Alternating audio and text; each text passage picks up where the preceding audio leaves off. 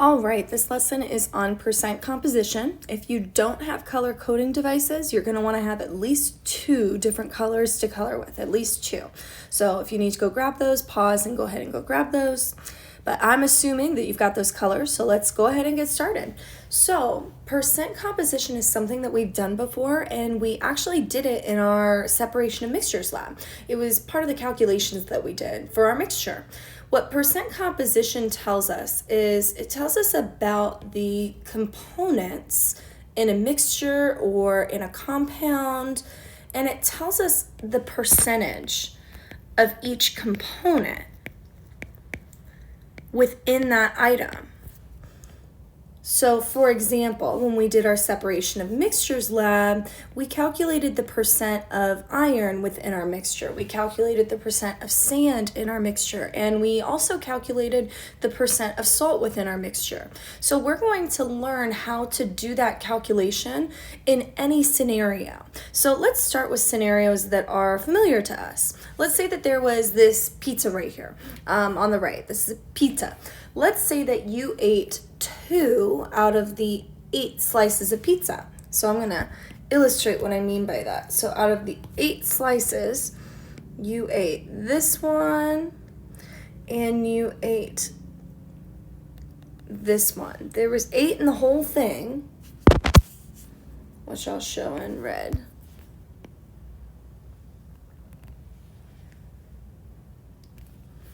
But you ate those 2. The question is, what percentage of the pizza did you eat? Now, I'll give you a moment to try and figure that out. What percentage of the pizza did you eat? Go ahead and pause and try it.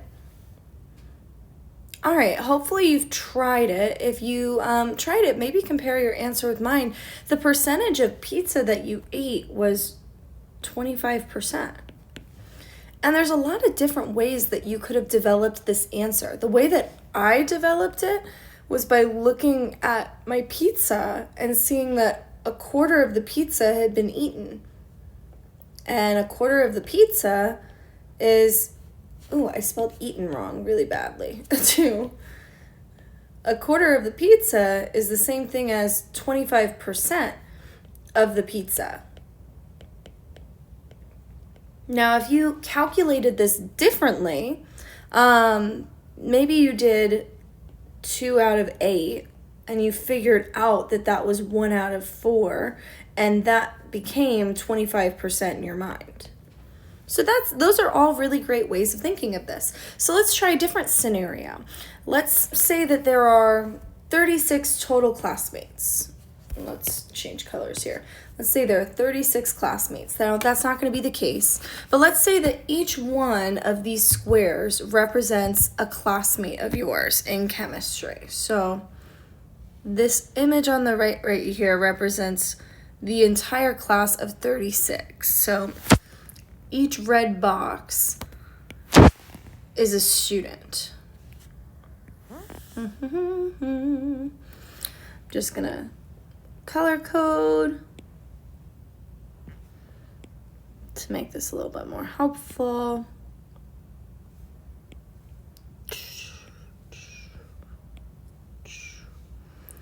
Last one. Okay.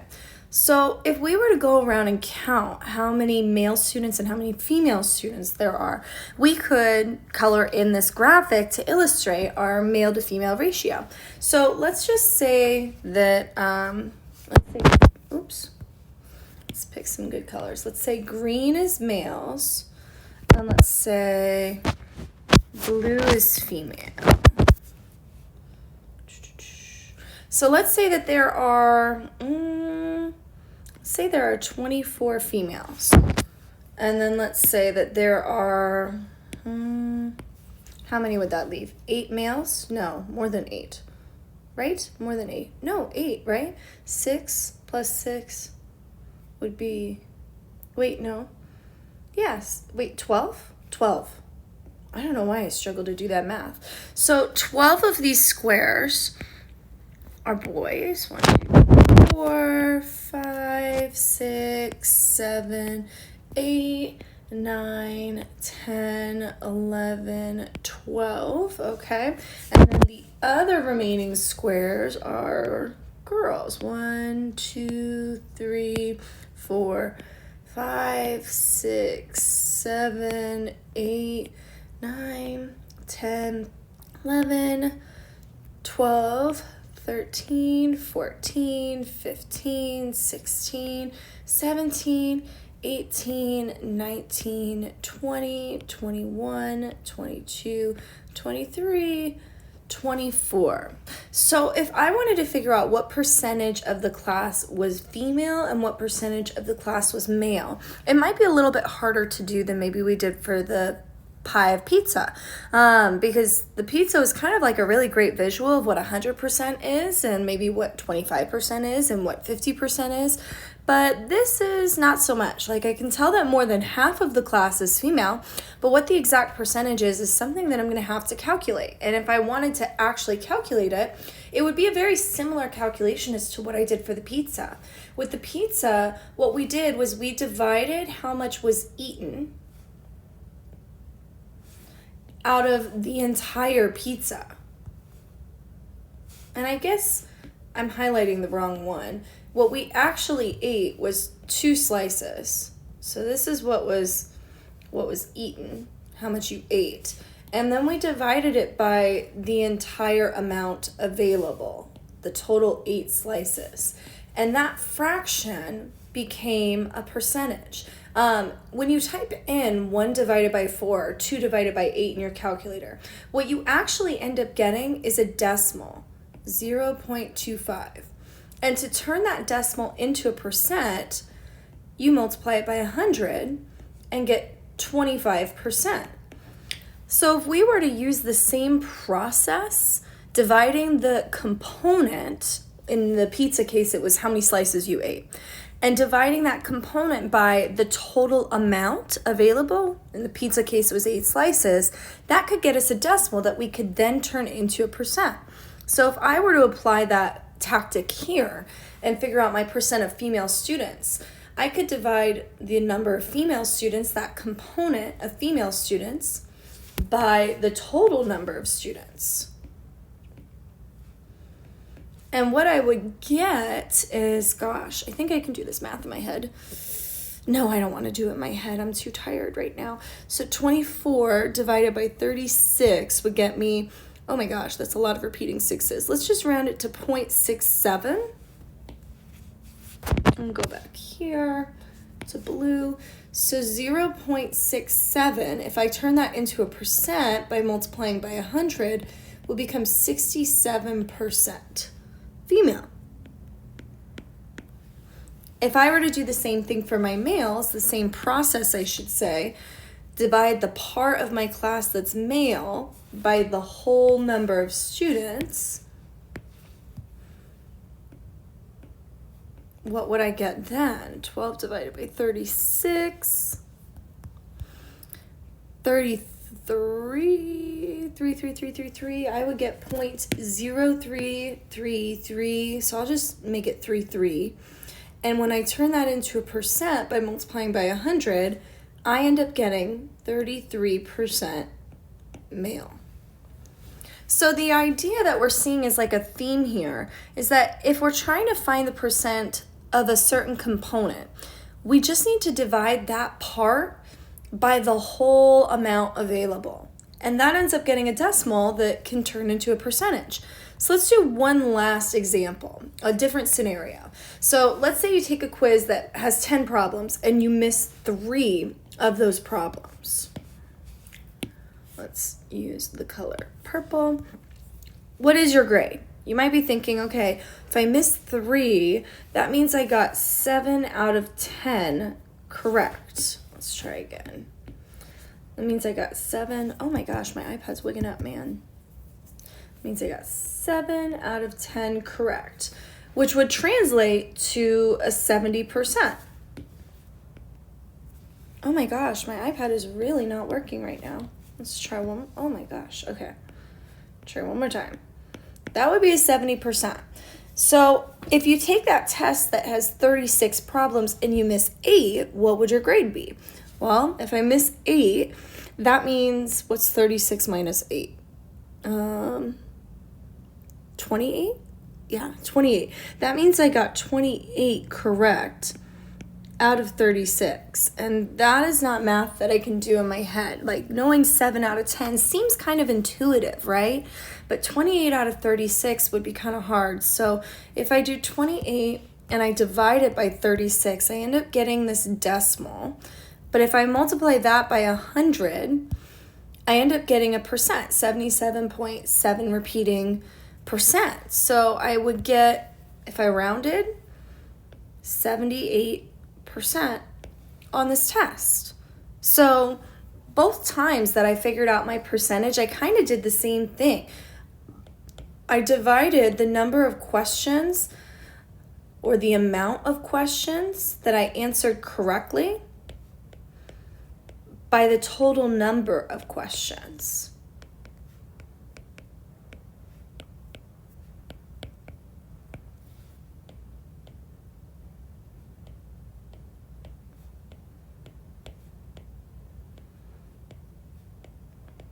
And then when I divide and I get a decimal, I just multiply 100.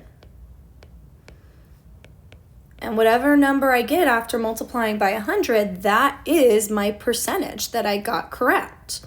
So all of these different scenarios involve the same process to figure out the percent of that component. The percent of slices eaten, the percent of boy students, the percent of girl students, the percentage you answered correctly on a test. All of those involve the same calculations, and that's going to be the calculation that we use for our percent formula. When you're trying to find the percentage of anything within a mixture, within a compound, you're going to take the amount of that part and divide it by the total amount in your class or on your test or in your pizza. And then whatever decimal you get from dividing these two values, you just multiply by 100 to turn it into a percentage. So let's get some practice using this formula in a chemistry context. So I'm going to rewrite this equation up here at the top so I can refer back to it. When I want to find the percent composition of a substance, I'm going to need to take the amount of each part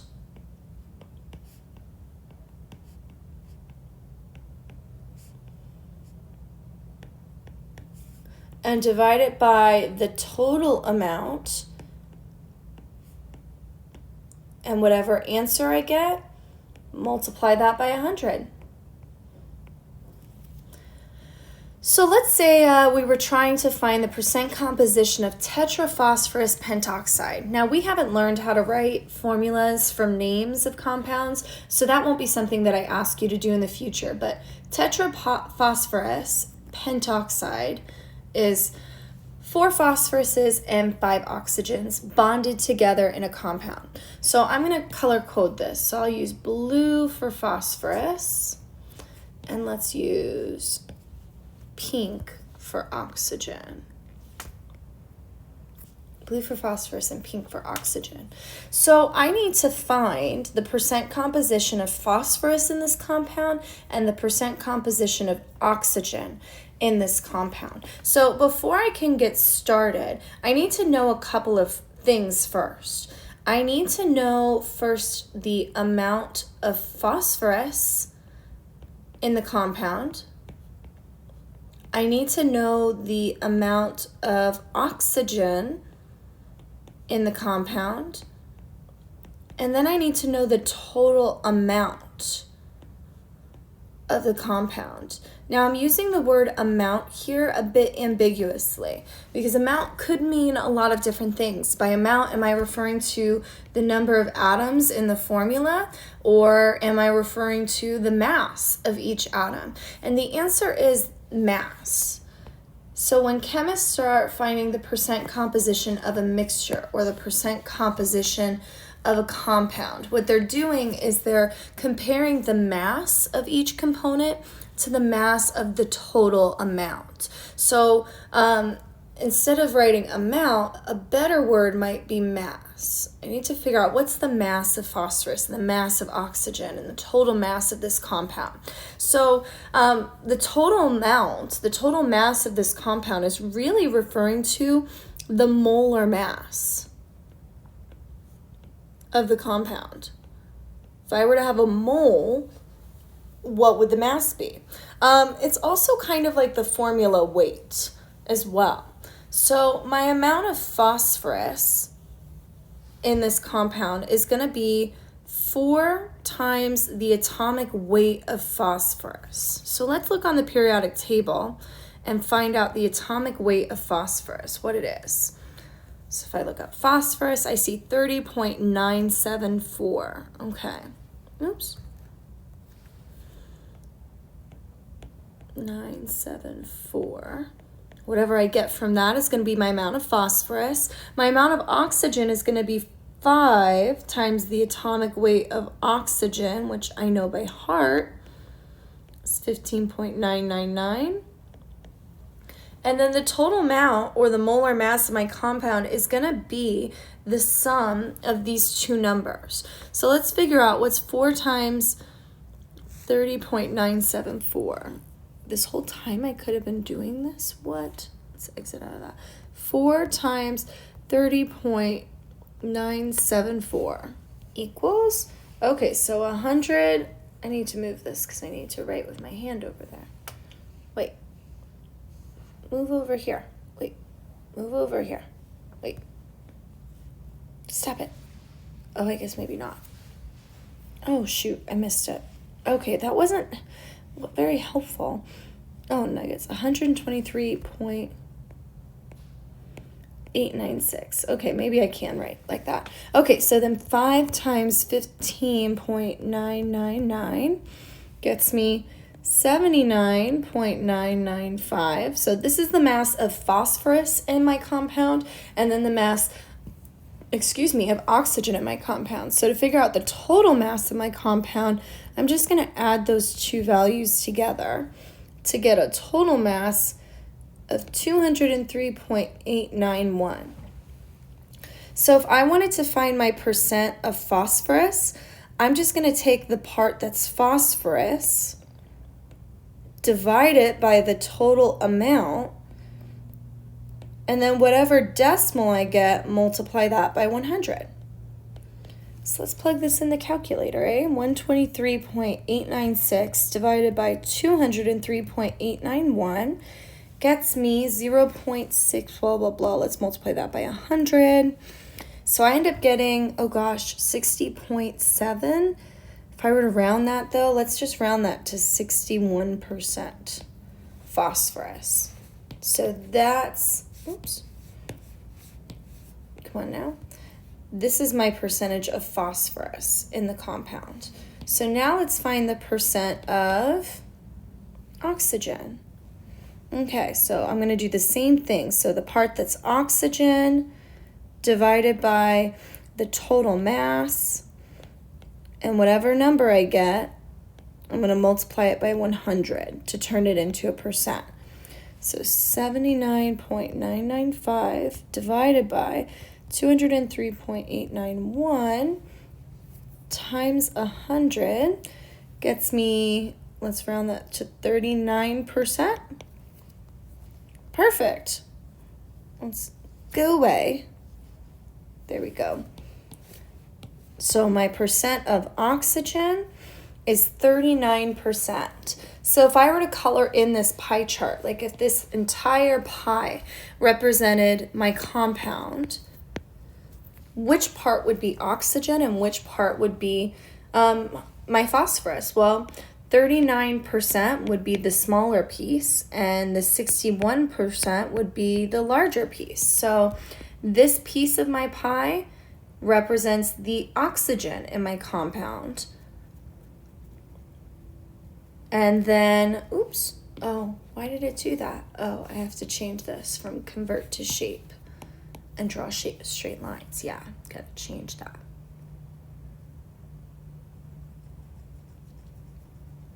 So this part would be my oxygen, and then the other part would represent my phosphorus. Perfect. Okay.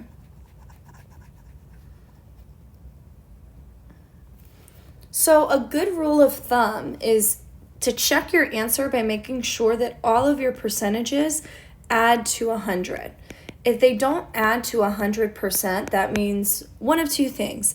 One, you made a mistake in your calculations, or two, you're missing a part of your compound. If they don't all add up to 100, that means a piece of your pie is missing. You got to go find that piece. So let's do one together. I'll explain, but maybe explain a little bit less. So potassium sulfate is the name of this compound. Again, you don't need to know how to write the formula for a compound based off of its name, so I'll give it to you. Potassium sulfate is K2SO4. So 2 potassiums, 1 sulfur, and 4 oxygens. So I'm going to start by finding my mass of potassium in this compound, my mass of sulfur in this compound, and my mass of oxygen in this compound. And whatever I get, I'm going to add those together to get the total mass of my compound. So 2 times the mass of potassium. There are 2 potassiums, so I'm going to double the mass of potassium. I think it's 39.098. I'm almost certain that it is that.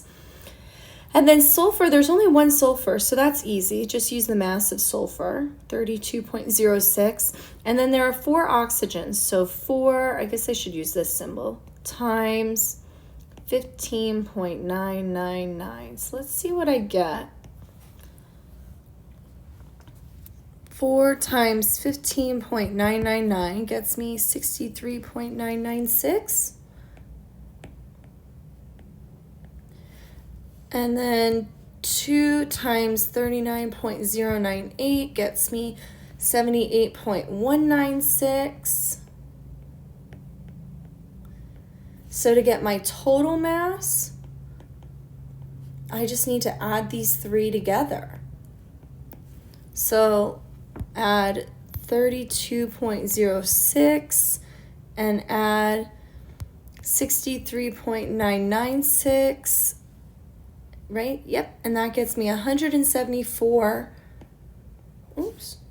Not writing, of course. Come on now. 174.252.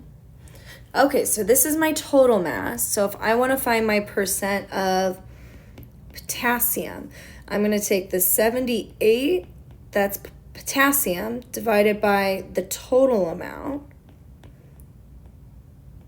and multiply by 100. And it might be helpful to have the calculator on the screen for this part. There we go. So 78.196 divided by 174.252 times 100 gets me 45%.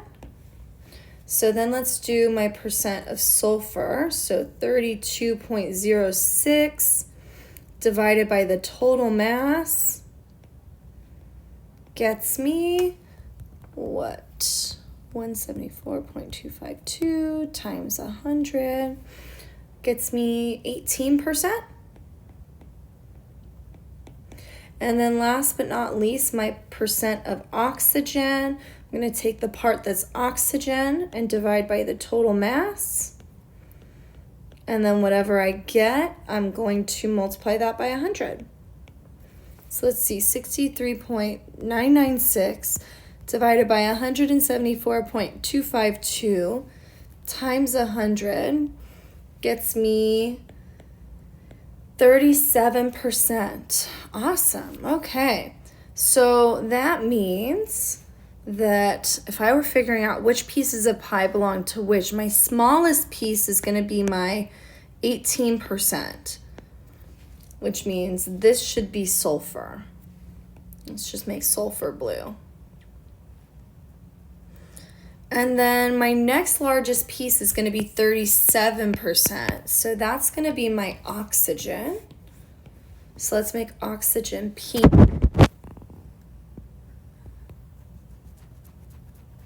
And then my last piece of pie is going to be almost half. That's 45%.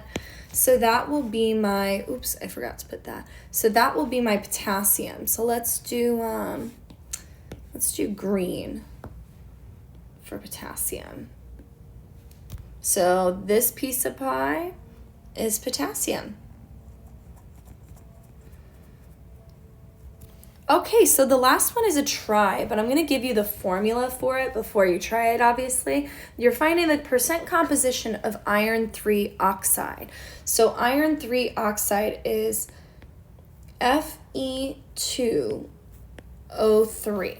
That's the formula for iron 3 oxide. So go ahead and pause the video and unpause once you've found the percent of iron and the percent of oxygen in this compound. All right, if you're listening to this, I'm going to assume that you've already worked this out. So I'm going to go through this one kind of quick. So I'm just kind of setting up my work here. I'm going to start figuring out the amount of each element in this compound, but I need my mass of iron, 55.845. Okay, so 55.845. Now I just need to multiply these. So let's pull my calculator up.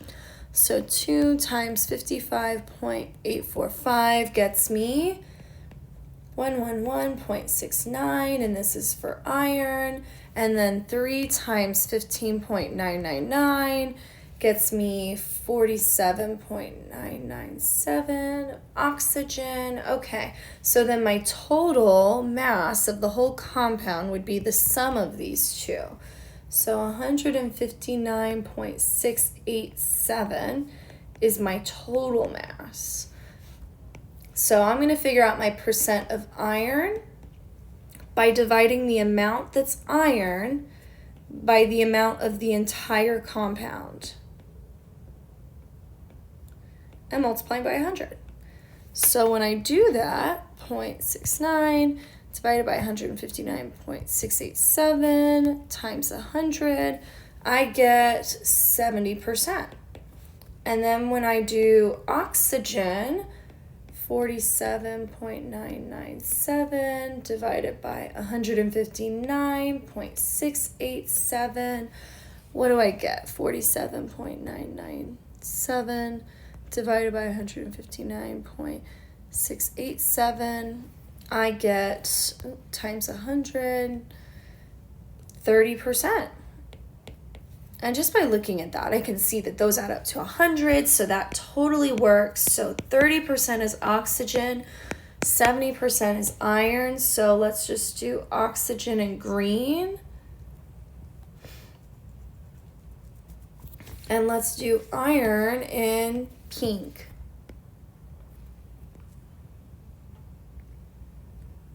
Perfect. So that represents the percent composition of this compound. It's 70% iron and 30% oxygen. So if we look at this last question, which is the better source of oxygen amongst these three? I'm looking for a piece of pie that has the largest amount of oxygen. And when I look at my pie that has the largest amount of oxygen, it's actually my very first pie with 39% oxygen. So my tetraphosphorus pentoxide is the greatest source of oxygen because it has the largest percent of oxygen. So that concludes our lesson on finding percent composition. It's kind of the same calculation that you would do whenever you're finding a percent amount of anything. Slices of pie you've eaten, slices of pizza you've eaten, number of boys in class, number of girls in class, the percentage you got on a test. It's always the same calculation. It's dividing the part out of the whole and multiplying by 100. So that wraps up our percent composition lesson. Go ahead and move on to the practice.